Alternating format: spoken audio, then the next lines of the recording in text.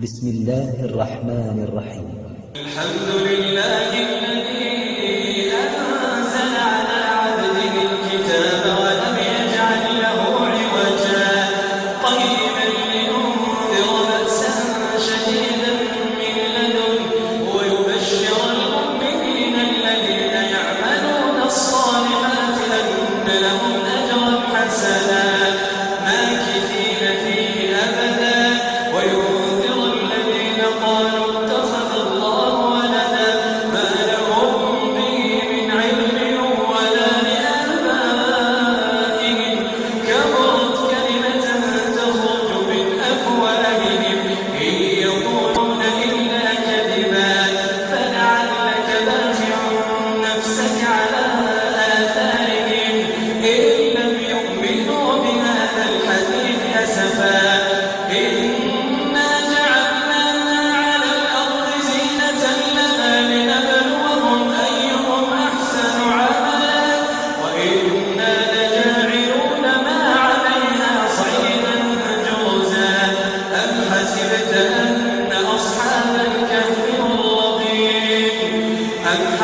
أن أصحاب الكهف والرقيم كانوا من آياتنا عجبا إذ أوى الفتية إلى الكهف فقالوا ربنا آتنا من لدنك رحمة وهيئ لنا من أمرنا رشدا فضربنا على آذانهم في الكهف سنين عددا ثم بعثناهم لنعلم أي الحزبين أحصى لما لبثوا أمدا نحن نقص عليك نبأهم بالحق إنهم فتية آمنوا بربهم وزدناهم هدى وربطنا على قلوبهم إذ قاموا فقالوا ربنا رب السماوات والأرض لن ندعو من دونه إلها